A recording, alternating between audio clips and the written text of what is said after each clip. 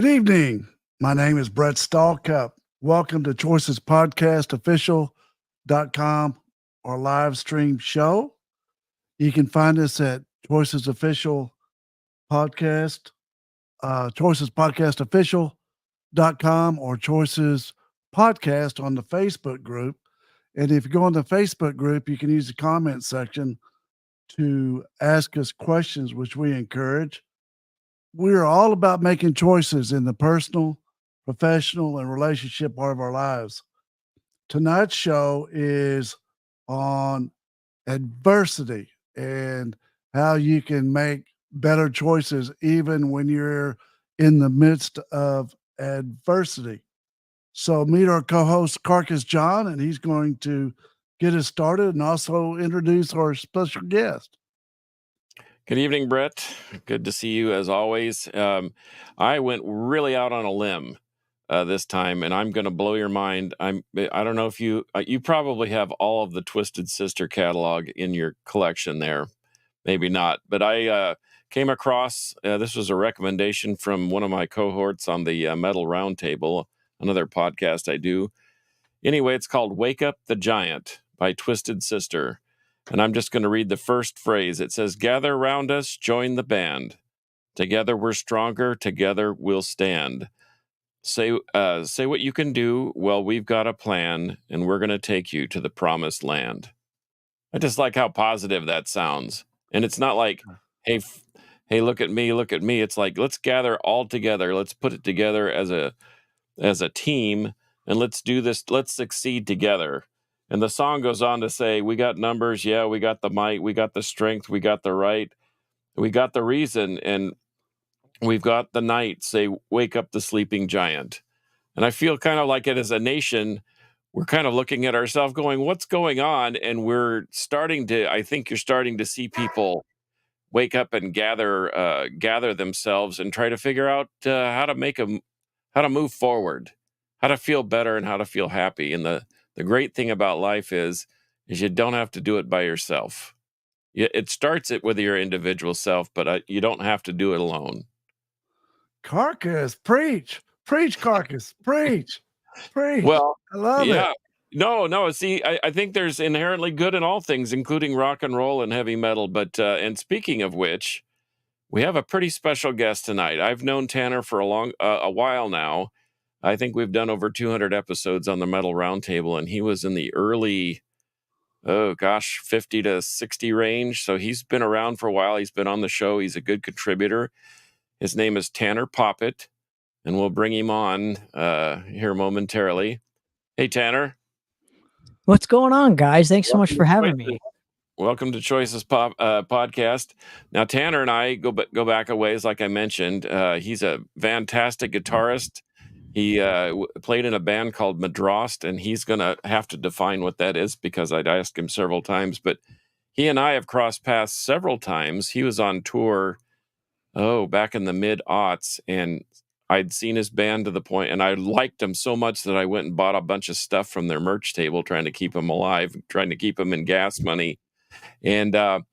And when he was on the show the first time on the Metal Roundtable, it dawned on me that I knew him from somewhere, and then we reconnected, and we've had a chance to actually get into more each other's lives a little bit more. And Tanner has had some real twists and turns in his life.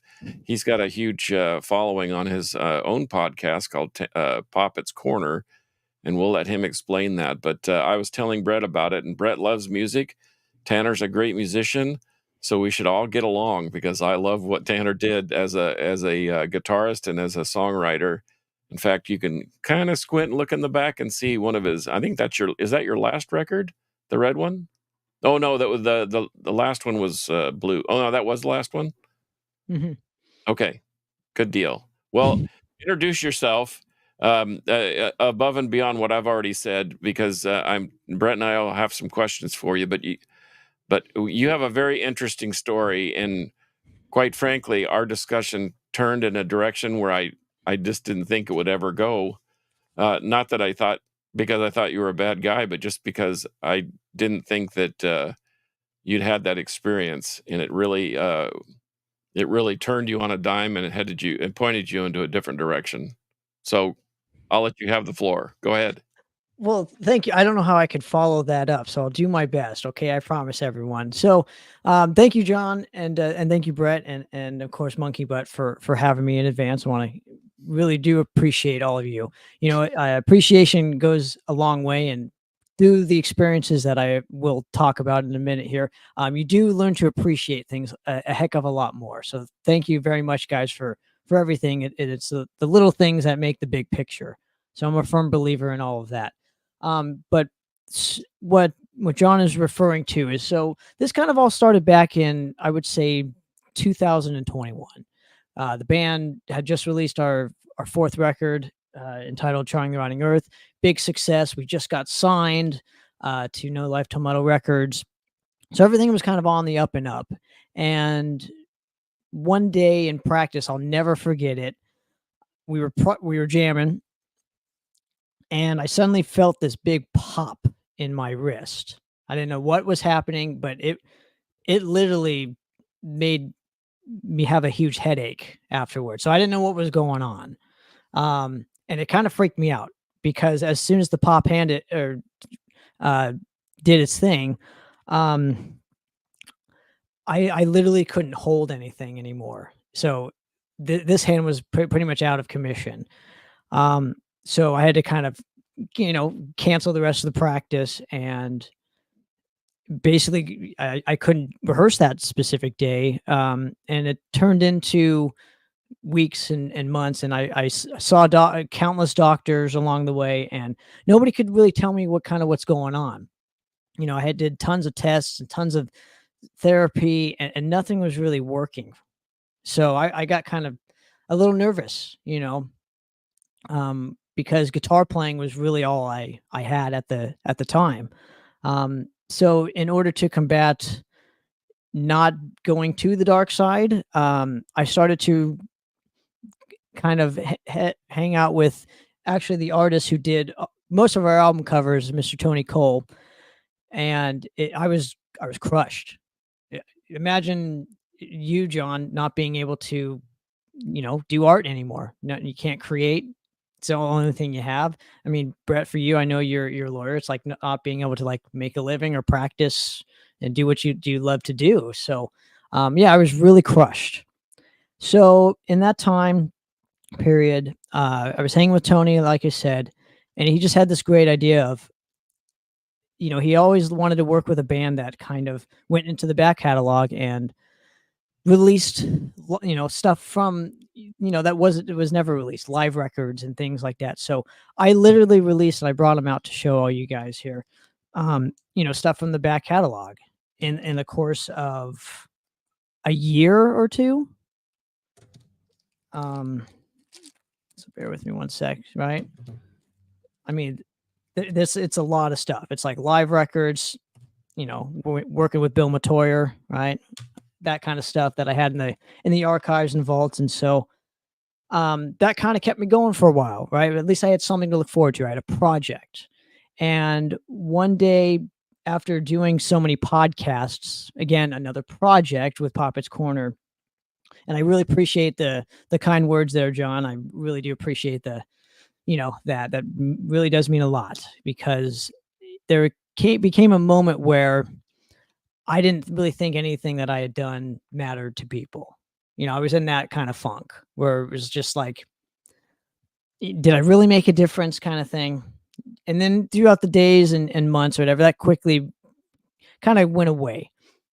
And so as I was doing the podcast, and my brethren here, Mr. Shannon Fry and I, we were having this off the wall conversation behind the scenes and discussing just some of our favorite documentaries. And it kind of dawned on us, because one of our favorite bands was a band called Heretic, which there you go right there, which had never had a movie based on them. They were a heavy metal band from the 80s.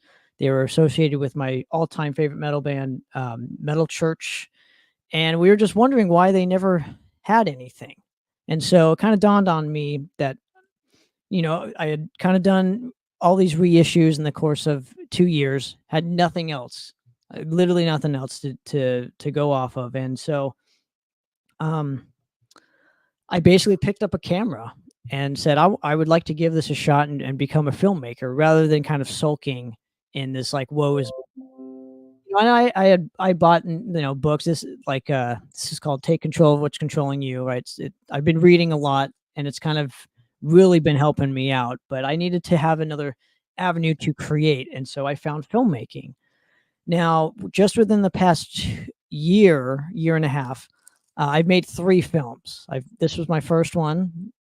This was my second one, and then the third one is actually being edited as we speak. So I found a new avenue to continue to create, facing adversity, because that's the theme of today's episode here.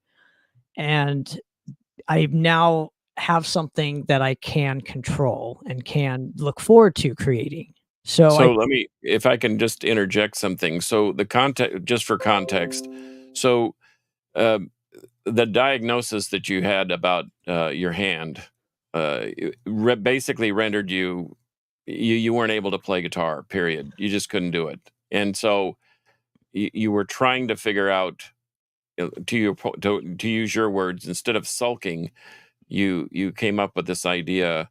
And I know Shannon Fry too. He's been on the other show that we're familiar with. So he basically said you should try this, and you've discovered that you're actually pretty good at it. In fact, I have a copy of the Heretic documentary. It was a band that was somewhat obscure, and a lot of that stuff back in the 80s and the early 90s was pretty obscure, and you kind of brought some things to light and some connections that I didn't know we made. But so the process of making a film, what are some of the hurdles there, aside from the fact that you've laid your guitar to rest and you probably won't ever play it again? That certainly has to be kind of at the back of your mind, right? well, not really, because I'm going to be just completely honest, because I've never told this story to anyone. You guys are kind of the exclusive here with all this stuff that's been happening. Not, I haven't discussed this publicly on any other show. So, basically, with filmmaking, I've actually found like a really appreciative community that I didn't find in music. Music and metal especially. I'm sorry, John, to burst anybody's bubble here. Oh, It's I a love dog. metal, man. I love my You're metal not going to clients burst my too. bubble. Well, Yeah, yeah. it's a dog eat dog world. It's like Yeah. literally this band versus this band, politics versus politics. It's all bullshit. It's all bullshit. Yeah. And so what I was finding was we weren't really respected in our community. Like, without Scott Waters and those amazing kind of opportunities that he provided, I don't think I would have the catalog that I have. So a huge part goes to Scott and Bill for that. But we had nobody that believed in us. We didn't get signed until 13 years into our career. Nobody believed in us. The fire that kept me going is I just wanted to create a legacy for myself. And, yeah, we had a few kind of things where, hey, your album means a lot to me, kind of compliments. But in the overall grand scheme of things, like, we were not really respected or appreciated. And after a while of not being appreciated, I get sick and tired of spinning my wheels. So I needed to find something that I could still create in and again be appreciative. And I think I found it with filmmaking. Like, we did 2 premieres for the films, sold out the first one with the Heretic film, and brought 200 plus people to the Sideshow documentary. So I've been doing extremely well with those, and the theaters are appreciative. It's not like booking a show where, like, how many people are you going to bring to our bar to drink alcohol? It's none of that. Like, it's actually a very supportive and appreciative community. So you were at the Y in the Road when you had your disability. You were making your living playing guitar. no, I was not making a living. It was my passion. It was my It art. was your passion, but yeah. So you're sitting there and then you can't play guitar anymore. And you're in the ditch and you're going, what am I going to do with the rest of my life? So you're at the Y in the road. Right, as far as creativity wise, Yeah. right? Like I needed to. I'm an You artist, need to feed your creativity. right? So So it's instead of playing guitar, you go to filmmaking, and you've done great. yeah, So you and made better choices. yes, yeah, I would say so. If I wouldn't say better. I would say I've made choices that fit me more so Oh. than in the past, right? Because I don't think anything's better. It's just a matter of what works for you. So And I think so filmmaking. Mhm. tell us how you came to making the choice. Did you ever get depressed or anything like that? Or Oh, what multiple tools times. did you use to make the choice that you made? So, yeah, multiple times I was depressed. I had basically nothing. I had to start from ground zero and Oh, learn wow. how to make a Yeah. I learned how to make a film. I had seen Ed Wood's movies, who I absolutely respect and love his works. Depending on who you ask, it could be the worst film of all time or the greatest films of all time. Um, for me, though, it was knowing that like anybody can do this. That was a big eye-opening experience for me. Anybody can make a film. Anybody can, and if this guy can do it, so can I. And that was really uh, therapeutic for me to kind of find out. So, and yeah, the tools I needed, I didn't have any tools. I didn't know what the first thing I needed was. Well, how'd you teach yourself? So thankfully, I have a great coworker by the name of Terrence Love at my actual job, and he's a photographer. He's been a photographer for 50 plus years. And he lent me a camera because I didn't even have a dime to my name when it came to that stuff. So he lent me a camera that would work best for what I was doing. I didn't know it was that kind of inexpensive.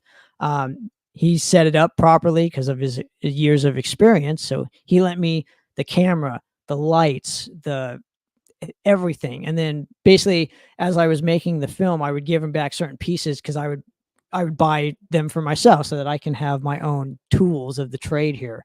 So it was really eye-opening just in terms of what you needed to get started making a film. And a lot of people say, hey, I'm going to make a film, and then it never exists. Well, I just basically made a film on the whim, no training. I edited it, directed it, produced it, whatever you want to call it, wrote it, even though the story was already there, made the contacts, interviewed about 20 people for the film. So driving a lot of hours planning and interviewing and editing. I was working with 60 plus hours of footage for the first film. That was just the interviews, plus the pictures and video that I was provided from the band. And thankfully, this band is very accommodating. They had a lot of stuff. So um I think it was obviously it was a total team effort. I had my dad behind me, who I'm so appreciative of. I got it. I mean, my mom and dad are my world. My family is my world, and I don't think without that support I would be here. I think family support is really important. That's good. Well, kind of like the song lyric, obviously, individually, we have to be good. We have to make good choices and do the right things, but we don't have to wend our way through life by ourselves. So without that support mechanism, to your point, you'd be in a much different place and had to make different choices. And Brett, just for more context, this particular band, there was a lot of information, but there wasn't a lot of live footage. So you sort of didn't you just sort of have to create that live feel by just with interviews and pictures and some of the snippets that you were able to find on the Well, internet, or how did that work? so a lot of the footage I used for it, I had to go out and film myself. So a lot of those live shows in the film are actually me filming it. Like I would go to see them live, and I would film them at their live shows. A Because couple, they've circled back together, right? They were out of commission for a while and then got back together, what, in 21 or 22?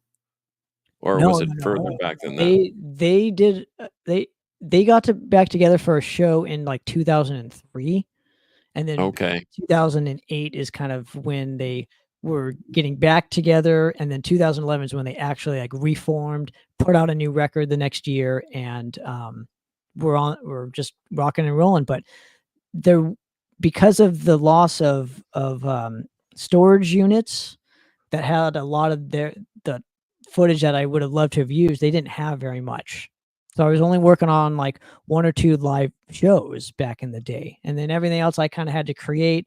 I asked around. I found some footage from like 2011 that my buddy Mike shot, and I obviously so appreciative that I got to use that footage in the film. And just, these little, again, it's the little things that make the bigger picture. I'm just going to re-emphasize that point here.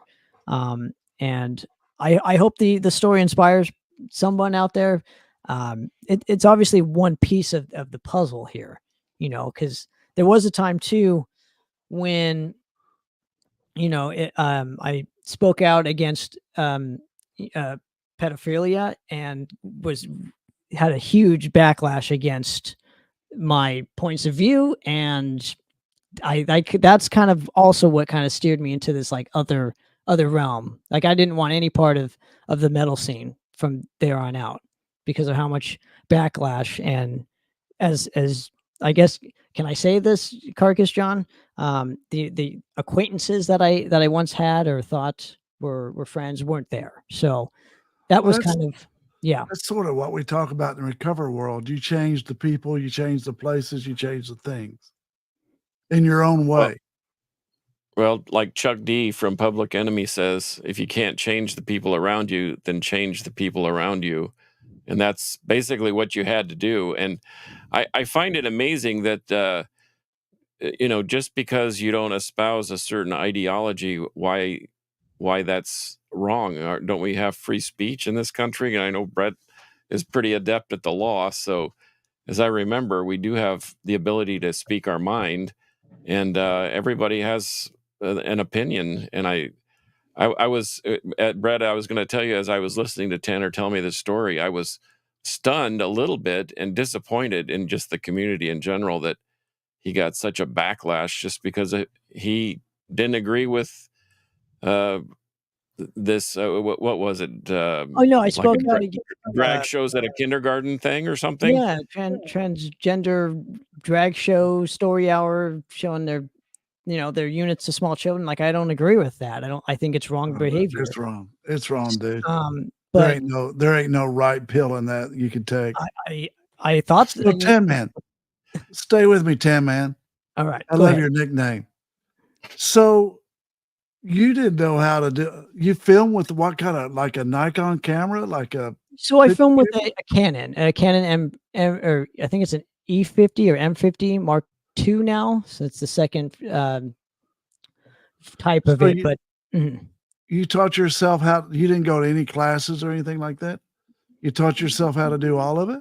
Yeah. And then your film was like incredibly successful. Carcass told me. Yeah. Well, I got to give, again, I didn't know how to hold a camera. And thankfully, because of Terrence, my coworker, he taught me how to hold a camera. Like I didn't know you're not supposed to do it like this. You're actually supposed to hold a camera where it's like, I already failed. Right. Yeah. So most people already failed the class. But you actually put your palm out and hold so it's like you're stabilizing it from here instead of this.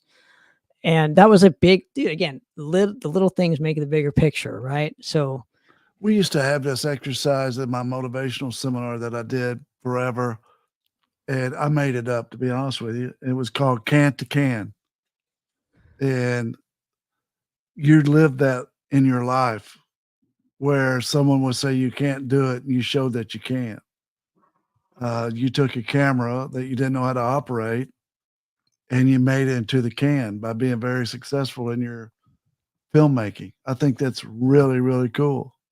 Well, thank you. Yeah, I didn't really look at it as that. I just needed to have a place to be able to create still, Dude, I'm going to ask you a question, Tan Man. You telling me that I can go out like Kevin Costner and make Yellowstone? Yeah, you could make. Dude, I'll sign up for that tomorrow. You can make Dances with Wolves. He directed and starred in it. You can be the next Kevin Costner. Yeah, you can do your own thing about a guy in court. I want to do what they did at Yellowstone and take someone to the train station, man. I want to take her to the train station.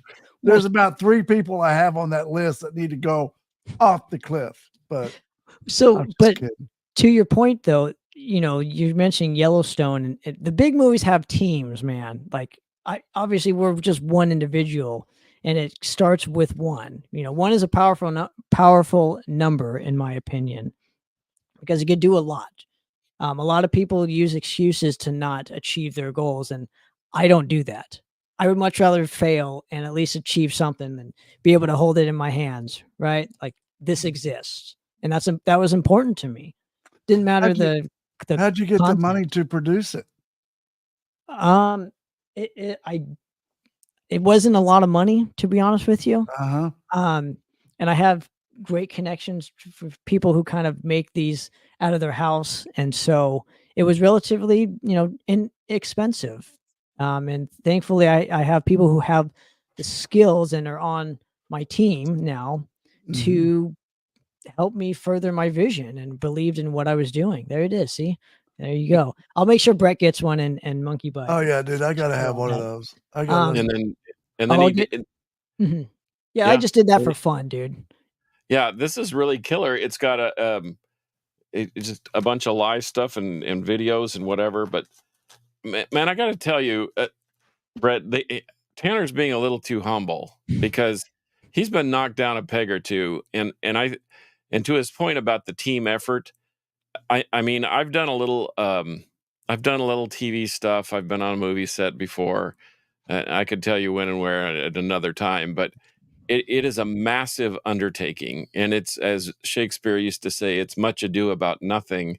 I mean, it takes 200 or 300 people to make one quick scene, and yet Tanner took this thing under his own wing, and yes, he had help, and yes, there were people that assisted him, but uh, this movie, this documentary, looks like I mean, it looks like a big Hollywood production. It's something you'd see on Netflix. He And could have rode off and stuck his head underneath his pillow on his bed and not come up for a week. he But he didn't decided do not that. to. Yeah. Well, I know Tanner just because of the nature of the music that he was playing. Mhm. I knew that there's something about metal, and I don't want to pontificate too much and get too far off track, but there is something to be said about metal, that it's more of a lifestyle, it's more of an attitude internally and mentally and emotionally, and it's not just a passing fad. It's not like something that I can't even describe. It either you get it or you don't. And most people that listen to that heavier style of music, there is a camaraderie there. And when that gets pushed aside for some reason, it's very, very emotional and it's very hurtful. And I had a somewhat of a similar experience. And Tanner's familiar with the band War Beast. When my good friend Bruce Corbett passed away, um, I had been an integral part of the band as their artist and their creative person, and we created this persona, this character that became the identity of the band, not unlike Eddie from Iron Maiden and so forth. But when Bruce passed, it was just like, okay, we don't have a need for you anymore, and we swept you aside. And I could have done very much the same thing. I could have sulked, I could have hung my head, but then I just thought, you know what? I'm going to go do other things. I'm going to get better at something else. And so I made a choice, and that's what happened. Now, some of that has circled back to me, and it's kind of fun to disseminate. And we've talked about, remember, Brett, when you asked me what is the uh how long does a promise to a dead man last? Yeah. What's the and it never What's the ends. I mean, statute of limitations? what's Is it the 2 statute of years, 5 limitations years, of that? 10 Well, years? there is none, and so fortunately, that's all worked itself out, and I knew it would. But um, to the point, um, you have to sort of face your fear in the or your rejection in the eye, and just move on and try something else. Uh, Go ahead, Tanner. I can see that your brain is spinning right now. It's So gonna go ahead. explode right now. So but to go up, I gotta tell this story. And again, judge me all you want. It's totally fine. but I found God as well during this whole kind of thing. Yes, You I know, love it. so I just Preach, want I just want to preach, tell that this man, preach. really quick here. And again, you can judge all you want. Only God. I've learned that only God can judge me, and that's about it. So as I was going through this whole thing and like literally deleted all my social media, got terrible emails from acquaintances, judging me on what I thought was right, speaking out against horrible behaviors. Um, I really felt alone. It was like a very surreal. I had 3 people reach out to me. One was my buddy Matt Hartnett, who I'm making movies with um, to this day.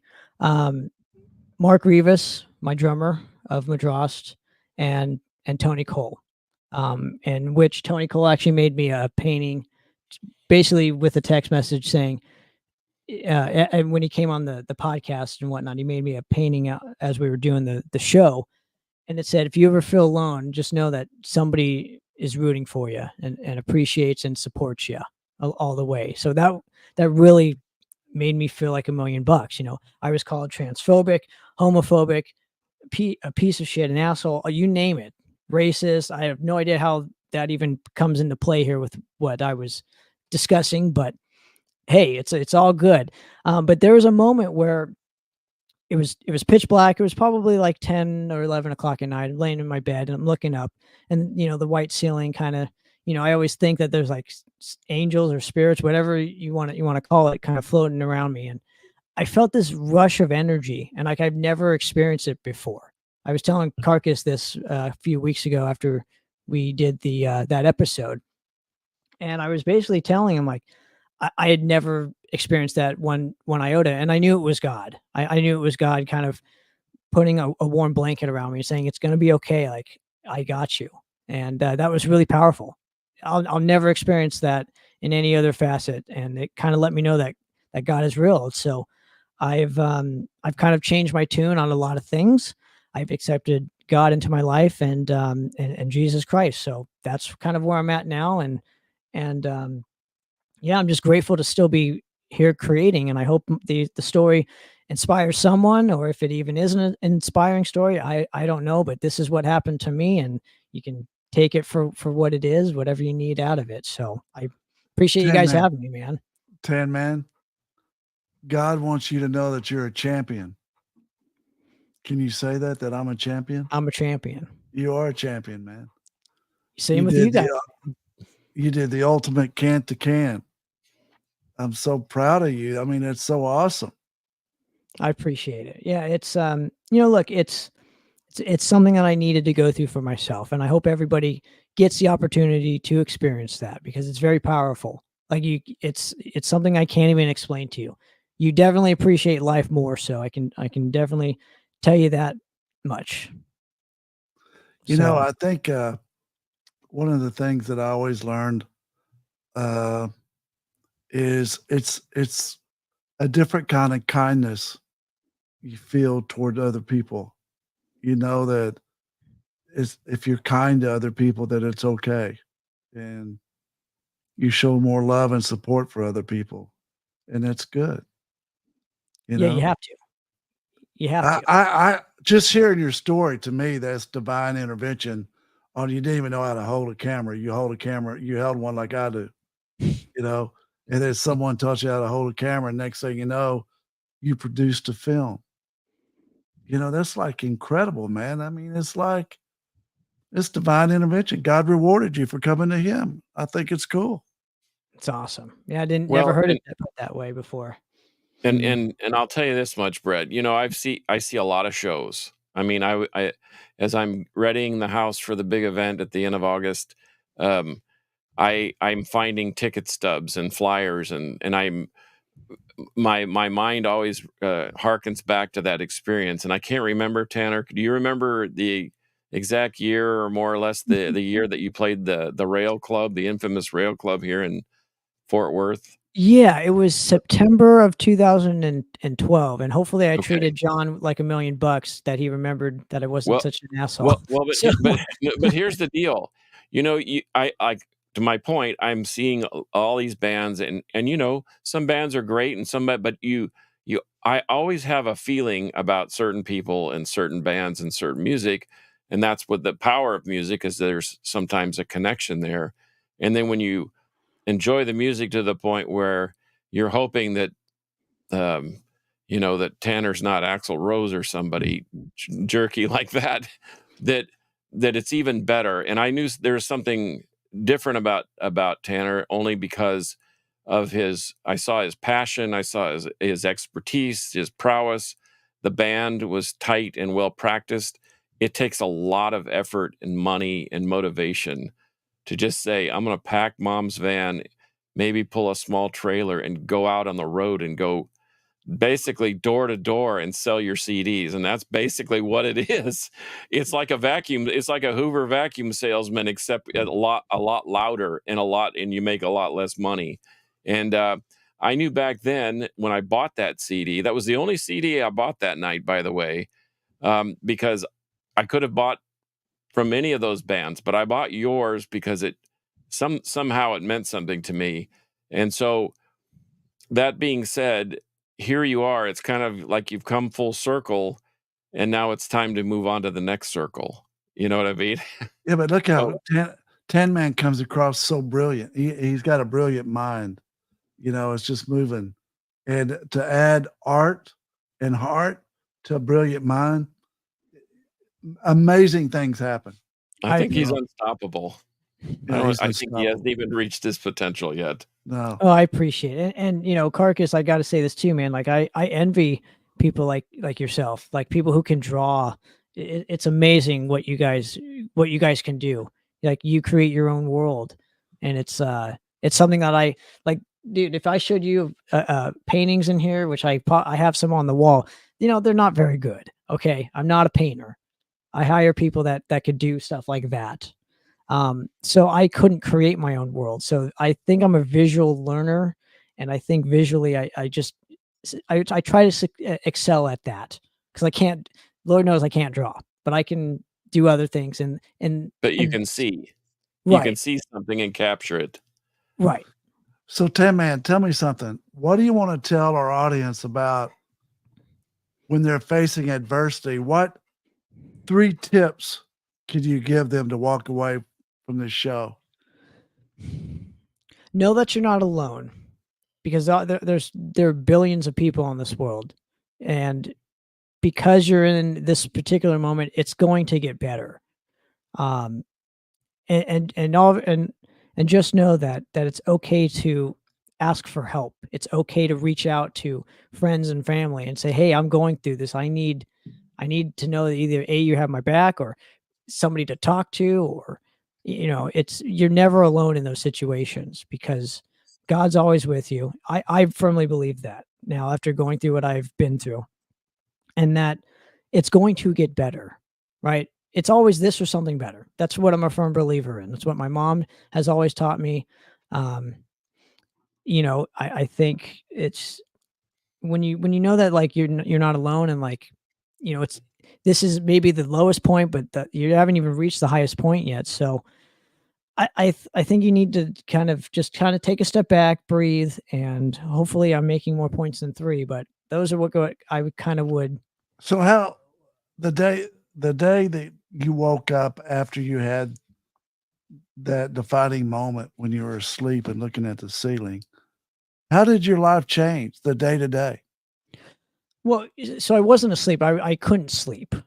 And I just Okay. felt this rush of energy. It felt like almost a warm blanket. Like I needed a big hug because I was so just distraught and alone, and I couldn't run to anybody. And that was like God's way of saying it's gonna be okay. Like I got you. It's very powerful. And I woke up the next day just feeling like, was that real? Do you know what I mean? Have you ever had Yeah. that? I mean, Brett, Oh, I yeah. want to ask you. I'm sure you've had that moment where it was like, did Oh, that yeah. really happen? Yeah. And Carcass, have you ever had that? Oh yes, many times. You Yeah. know, and behind the scenes, Monkey Butt, have you ever had that? You know, because it's like a Yeah. powerful thing. Yeah. Can't even explain it. So I once you think that decided it was real, talk to me about how your life changed after that. I mean, did you Well, I just got back to. Oh, they say there you go. I love it. He says yes. Um, you know, I I took a step back and started to find other people that were like me. Like I started to just only associate with people that I wanted to be like and associate with myself with, because you are who your friends are. You know, that's Yeah, another thing that people I don't realize. You are who your friends are. 110%. If your friends are drug addicts, you're a drug addict. Is pretty much you'll become a drug addict. It's inevitable. So 100%. you got to cut the cancer out where when you know we're at the source. So I started to associate myself with people that I wanted to be like, and Yeah. that included successful people, you know, people that were had never made any records or whatever the case may be, but they were on the level. Does that make sense? They were Yes, a lot of like, sense. uh, I think because I needed to find people who were on the level and or were on my level. Um, I started to kind of start over. It felt like I started over. I started to read more. I started to not go on social media because I deleted all the accounts. I made a promise to myself that, after the 30 days of, hey, you can turn your accounts back on if you want, but it goes away after 30 Yeah. days. Like I told myself none of this matters. None social media doesn't matter. It's fake. I'm not missing anything. So that was, and I was addicted to social media. I mean, I would post on there constantly, and I think that was a big thing, big change, and Wow. yeah, I I think that's cool. You know what? I do a lot in the recovery world on alcohol, drugs, and, uh, pornography, and I'm gonna even say that we need to add the social media addiction, the to our recovery world and make it where, you can go to treatment for it, and the insurance companies have to pay. I think that needs to happen.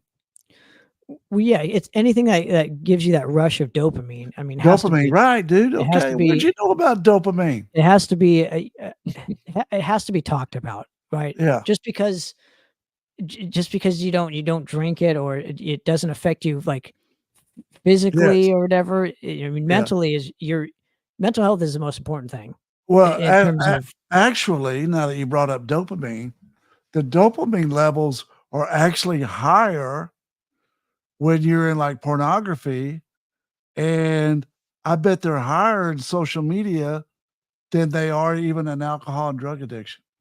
I would bet that. Well, and also too, I think technology wise too, I think looking at a screen all day is really bad for you. I Yeah, think people have to read more. People have to go outside more. People have yeah. to, we're in a That's society now that like it's not encouraged to read more or to go outside more. It's encouraged to like, hey, everything's on your phone or on the TV. You have 50 million apps to watch whatever bullshit you want. Excuse my language here. Um, but it's not, you're not encouraged to like better yourself. You're almost encouraged to like, hey, let's see how fast you can die and see yeah, how long it takes you to rot. yeah. That's good.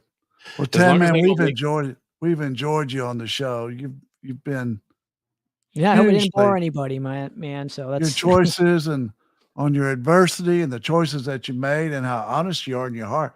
Dude, I didn't know that you got God in your life. I just found that out on the show, but it was obvious that you had a defining moment where everything was like, boom, I'm not going to be a victim. I'm not going to stay in the ditch. I'm going to get out of the ditch and I'm going to do things differently with different people. And I think that is like, give me somebody in the road to recovery like what you were headed. And I'll take them any day of the week. You know what I mean? Someone that has had suffered loss in some capacity and turned it around with their biggest asset, which is their mind and their heart and their spirit, I'll take them any day of the week. To add to that point, in order to get there, you have to tell yourself that you got this. That's where it starts. Is you. I don't think people give themselves enough credit. Do you know what I mean? Because the words are really powerful in terms of I got this. And if you say you got this, it means you got it. All right, Tan Man. Here we go, Tan Man. We always like to end our show with a quote that helps with choices. Tonight's quote comes from a dear friend of mine in Florida. Her name is Jessica Clark. She's very brilliant. She's a smart person. I was on the phone with her and I said, give me your favorite quote. She said, sometimes to be alone is great company. I like it. I like it too. Yeah. And Tan Man wants to add outside. Sometimes to be alone. Get outside and be alone. Yeah, it's great company.